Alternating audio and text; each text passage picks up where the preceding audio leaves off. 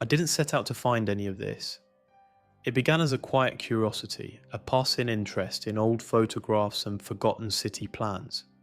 I was scrolling through archived images late one night when I noticed something that didn't sit right. It was a street scene, dated to the late 1800s, showing massive stone structures, towering arches, and intricate metal frameworks stretching across entire city blocks. The scale felt excessive, not grand in a ceremonial way, but industrial, purposeful, engineered. And yet, according to the official story, this was supposed to be a time of limited machinery, slow construction, and primitive logistics. At first, I assumed I was misunderstanding the context. The narrative we're given is familiar. Before 1900, most large infrastructure was built slowly, manually, and with basic tools. Cities expanded carefully. Technology advanced in small steps. Nothing abrupt, nothing extreme.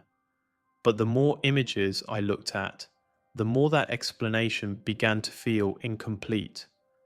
Some of these structures weren't just large, they were impossibly precise. Perfect symmetry, uniform stone blocks, each weighing tons, stacked with almost no visible gaps. Vast underground chambers with arched ceilings and reinforced columns, hidden beneath streets that hadn't officially existed for long. Elevated rail systems crossing entire districts, supported by iron frameworks that seemed to require manufacturing capabilities far beyond what I expected from the era. What unsettled me wasn't just their presence, it was how casually they appeared in records. No detailed construction accounts, no clear engineering breakthroughs, just brief mentions, as if these things had always been there, as if their existence required no explanation. I started comparing different cities, different continents, different climates, and yet the patterns repeated. The same architectural language, the same massive foundations, the same buried corridors and vaulted tunnels, in places that supposedly developed independently, separated by oceans and culture. I kept finding versions of the same design. It felt like stumbling into the shadow of something much older than the timeline suggested, something inherited, perhaps repurposed, rather than newly built. There was one photograph that finally made me pause, a panoramic city view dated 1893. In the foreground stood a colossal structure, part power station, part cathedral, part industrial hub, feeding lines into an entire urban district. The technology implied by its design felt uncomfortably advanced. I stared at it for a long time, waiting for the explanation that never came. And that's when the first unsettling question formed. If these cities were truly built with the tools and knowledge we're told existed at the time, why do so many of their most essential structures look like they belong to a different technological age altogether? The deeper I went, the more a pattern began to surface. It wasn't just one city or one strange photograph. The same architectural fingerprints appeared again and again, scattered across continents as if they were fragments of a single forgotten blueprint. I started collecting old maps, municipal plans, early engineering diagrams. In city after city, I noticed the same anomalies, oversized foundations extending far beyond what the surface buildings required, underground corridors that connected districts no longer linked, and subterranean chambers whose purpose was never clearly defined. These weren't small service tunnels, they were vast cathedral-like spaces, buried beneath layers of newer construction. What I couldn't explain was how these underground networks seemed to appear fully formed. There were no gradual development stages, no early prototypes, no visible learning curve. One year, the maps showed nothing. A few years later, entire systems were already in place, running beneath streets that barely existed. It appeared as if the cities had been built around something older rather than the other way around. Then there were the materials, stone blocks cut with extraordinary precision, iron beams bent into elegant arcs, identical in shape and dimension across thousands of miles, brick patterns so consistent they looked mass-produced, long before industrial-scale manufacturing was supposed to be widespread. Even the mortar compositions, described in fragmented records, hinted at formulas that didn't quite align with the chemistry of the time. I began overlaying city plans from different nations.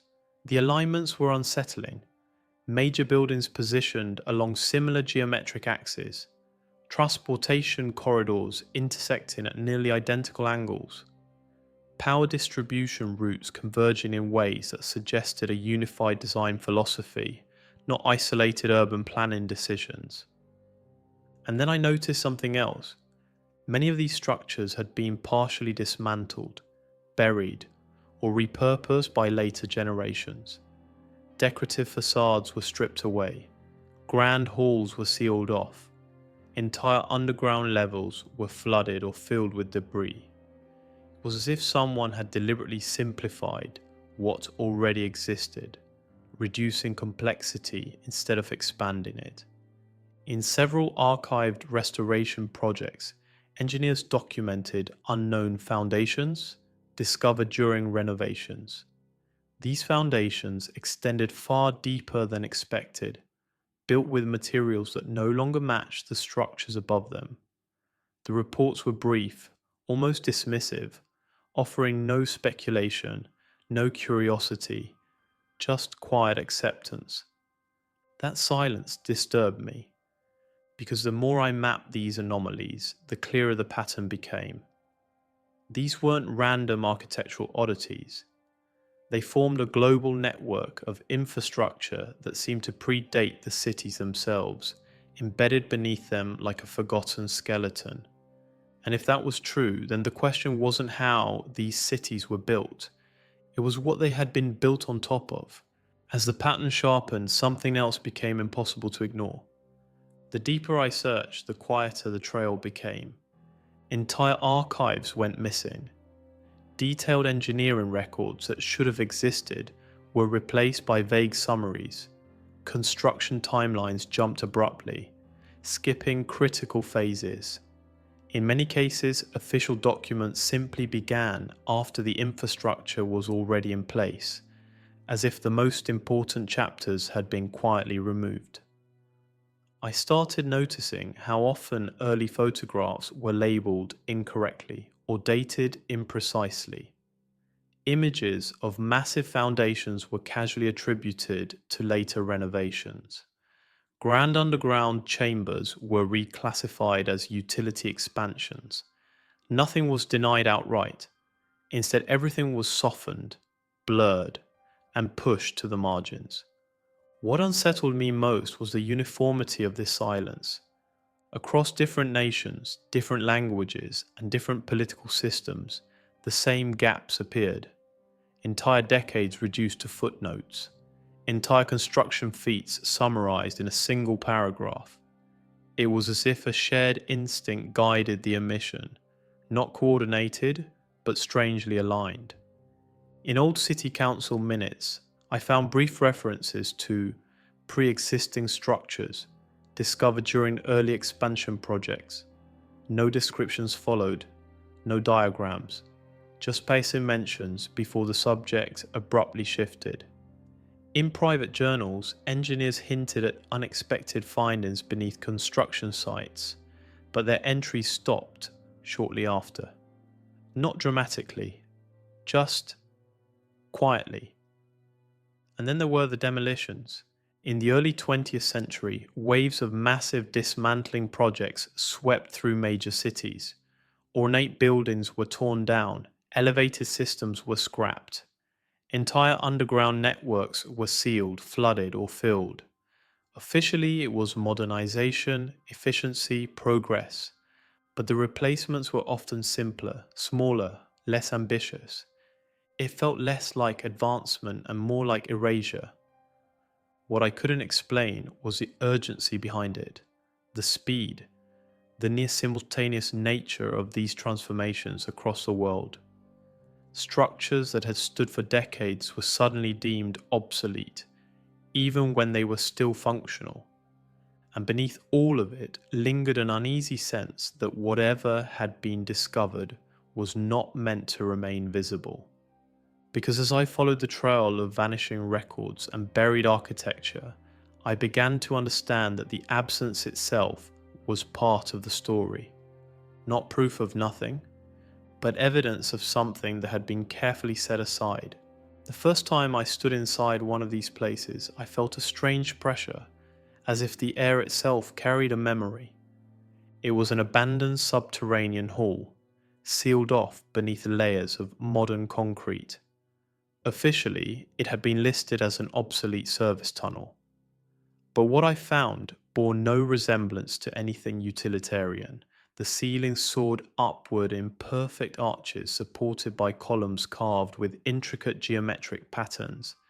Every surface showed signs of deliberate craftsmanship, not hurried excavation. The stone blocks were massive, yet fitted together so precisely that even now no light passed between them.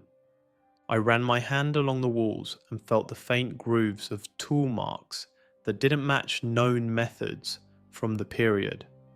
The curvature of the arches suggested an advanced understanding of load distribution, as if the builders had been working from principles that were no longer taught.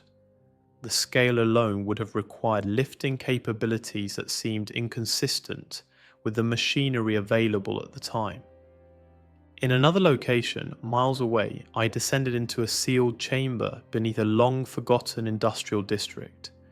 There, corroded metal frameworks formed lattice-like networks overhead, designed to support immense weight. The metal composition appeared unusually pure, resistant to degradation in ways that contradicted its supposed age. Even after decades of neglect, the structural integrity remained unsettlingly intact. Old survey maps revealed buried transit corridors running straight beneath rivers, aligned with precision that modern tunneling still struggles to achieve. In some sections, the walls bore faint engravings, not decorative but functional, as though marking flow directions, energy transfer, or something else entirely that I couldn't identify. What unsettled me most were the entrances, bricked over arches hidden behind basements, sealed stairwells buried beneath sidewalks, entire access halls concealed behind false walls in buildings constructed long afterward. These weren't accidental coverings, they were deliberate closures. In one archive, I found a photograph of workers standing beside an exposed underground chamber during a street excavation. Their expressions were difficult to read, a mixture of awe and unease. The image was catalogued but never explained. No follow-up documentation existed. Standing in these places, I couldn't escape the feeling that I wasn't uncovering forgotten infrastructure. I was standing inside fragments of something that had once operated as a unified system. And if that was true, then the cities above weren't the original design. They were only the surface layer of something far older, far more complex and still waiting beneath. Once I began placing dates beside what I was seeing, the timeline started to unravel. The official records claim rapid urban expansion in the mid to late 1800s, driven by population growth and emerging industry. But the structures I was documenting suggested planning horizons far longer than a single generation, foundations laid deep enough to support centuries of use, transit corridors positioned to anticipate cities that did not yet exist, power distribution systems scaled for demands that wouldn't officially emerge until decades later. The dates didn't align. In several cities, major infrastructure appeared suddenly in municipal records, fully operational, without preceding phases of excavation, testing, or gradual expansion. 1 year, nothing. The next, entire networks quietly listed as functional assets, No celebration, no announcement, just an administrative acknowledgement that they were there. When I compare these dates to known technological milestones, the inconsistencies multiplied. Metallurgical techniques implied by the structures seemed ahead of their time. Load-bearing designs anticipated engineering principles that would not be formally described until much later. Even the logistical requirements, transporting, shaping, and positioning such immense materials, would have strained the documented capabilities of the era. Some restorations uncovered layers of construction beneath buildings officially dated to the 1800s. Beneath brick and mortar lay older stone. Beneath that, even deeper foundations whose origins were never assigned. Each layer pushed the timeline further backward into periods where no large-scale industrial activity was supposed to exist at all. What I couldn't escape was the impression that the dates had been adjusted to fit a narrative rather than the other way around, as if history had been compressed, as if vast spans of development had been quietly folded into smaller windows, smoothing out contradictions, simplifying what once may have been far more complicated. And if the accepted timelines could no longer support what stood in front of me, then the question became unavoidable. How far back did this really go? If even a fraction of this were true, the implications were difficult to sit with. It would mean that our understanding of technological progress is not a steady climb, but something far more fragile. That advancement may not always move forward, that it can stall, fracture, or even reverse. The structures beneath our cities would no longer represent the triumph of modern engineering, but the remnants of a capability we no longer fully possess. I started wondering what it would feel like to inherit a world already built, without knowing who had built it. Entire generations moving through corridors they did not design. Power flowing through systems they did not understand. Cities rising atop foundations whose original purpose had been forgotten. Civilization operating inside a framework that predated its own memory. The psychological weight of that possibility was unsettling, because it suggested that history, as we experience it, might be less about discovery and more about adaptation, less about invention and more about reassembly. If this infrastructure truly belonged to an earlier phase of human development, then something profound must have interrupted it. A collapse, a reset, a transition so complete that it erased not only the builders, but the awareness that they had ever existed. And in that absence, a new story would have been required, a simpler one, a narrative that allowed societies to move forward without confronting the enormity of what had been lost. What disturbed me most was how easily such a transition could occur, if records were fragmented, if language shifted, if education systems redefined what was worth remembering. Over time, even the most extraordinary achievements could become background noise, accepted, unexplored, unquestioned. Standing in those buried chambers, I began to feel less like an investigator and more like a trespasser inside a forgotten inheritance. Because if this world had once been far more advanced than we assume, then the question was no longer what they built. It was what they knew, and why that knowledge had not reached us. The further I traced these fragments, the more I sensed a boundary I wasn't meant to cross. Every tunnel ended in sealed stone. Every archive trail dissolved into missing pages. Every question I asked eventually circled back to the same quiet void. Not resistance, not denial, just absence. As if the final pieces of the story had been gently lifted out of reach. What unsettled me most was the realization that this might not be accidental, because if these structures were inherited, and if their origins were deliberately softened, simplified, or forgotten, then forgetting itself may have served a purpose, not to deceive, but to stabilize, to allow a fractured civilization to rebuild without the weight of a lost world pressing down on it. And yet, standing above these buried systems, I can't shake the feeling that something beneath us is still waiting to be recognized, not discovered, remembered. Because if these foundations truly belong to an earlier chapter of human history, then we are not standing at the peak of progress. We are standing on the roof of something far older. And the question that refuses to leave me is this: if the past was capable of building a world we no longer understand, what else about our history have we mistaken for beginnings?